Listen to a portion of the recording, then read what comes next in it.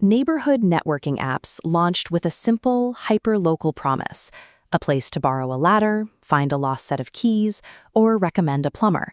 But scroll through those identical neighborhood grids today, and those digital streets look different. They have become staging grounds for intense paranoia, where minor property inconveniences trigger a cycle of hostility. This graphic details a real neighborhood post we call the Nair incident.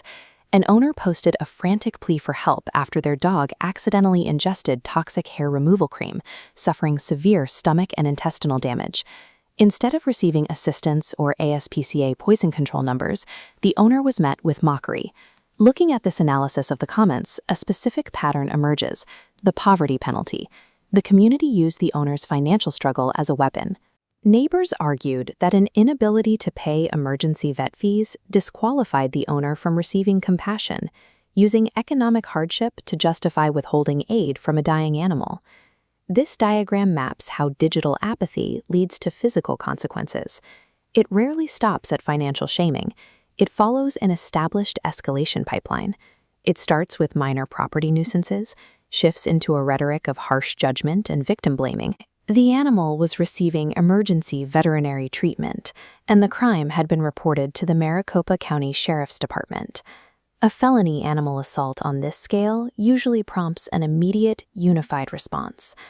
We expect a crime of this magnitude to cut through the noise of property lines and force a neighborhood to rally around the victim. That did not happen. Instead of searching for the perpetrator, the comment section splintered along the same lines of suspicion and apathy seen in debates over stray cats and dog waste. The lack of local outrage suggests that this empathy vacuum isn't a reaction to a specific annoyance like a barking dog. It implies that the community's baseline for acceptable behavior has shifted away from the standard social contract. Scanning the responses to the assault, the victim blaming begins instantly.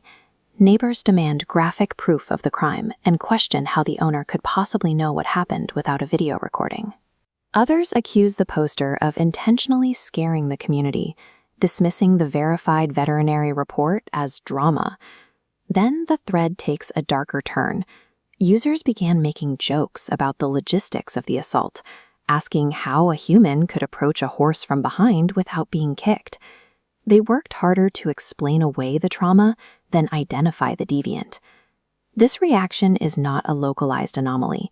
In 2019, a 21-year-old named Kenneth Sellner was arrested for a nearly identical crime involving his mother's horse, telling authorities that one thing led to another. The digital reaction to Sellner's arrest in 2019 mirrored today's apathy. The same jokes and the same dismissive tone dominated the discourse. This response is a repeating pattern, a well-worn reflex rather than an isolated glitch in judgment.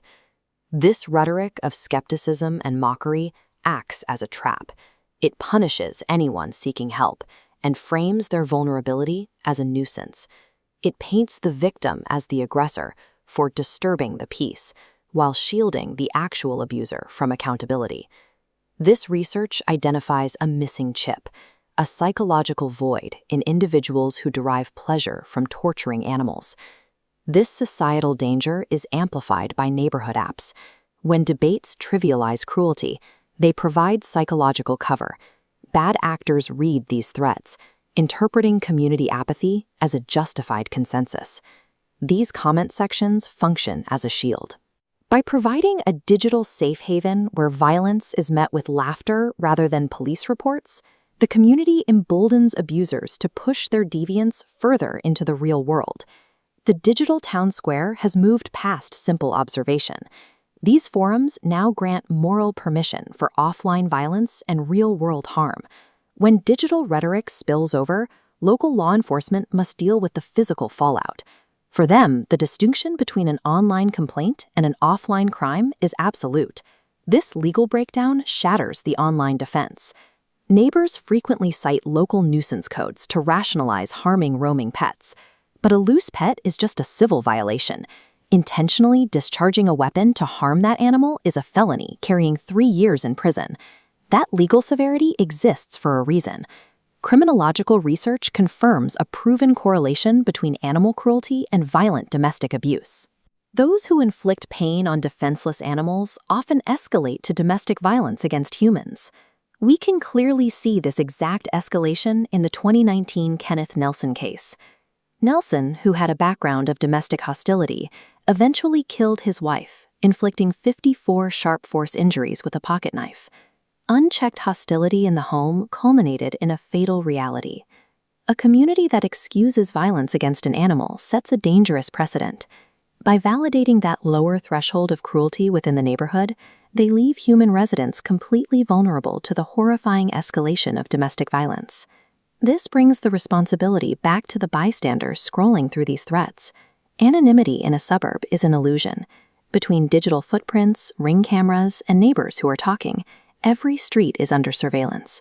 Active police reports are currently open based directly on this behavior. We have to decide when this behavior stops being internet drama and starts being a documented threat to local safety. Civic order isn't measured by property lines, HOA bylaws, or the neatness of our lawns. It is measured by how we protect our most vulnerable.